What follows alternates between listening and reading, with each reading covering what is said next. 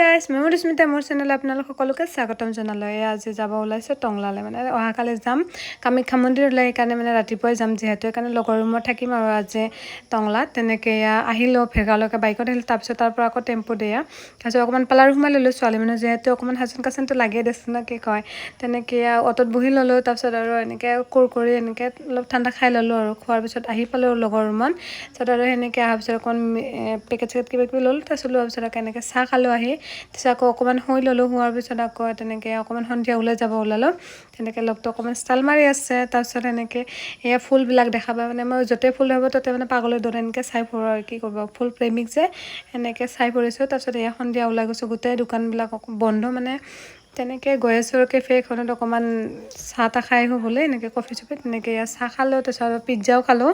এনেকৈ দুটা মস্তি মাৰি খাই বৈ ধুনীয়াকৈ আহি আছোঁ আৰু আজিলৈ আহিছোঁ। বাই, মোৰ ভিডিঅ'টো যদি ভাল পাইছে লাইক আৰু ছাবস্ক্ৰাইব তেনেকৈ কৰি দিবা।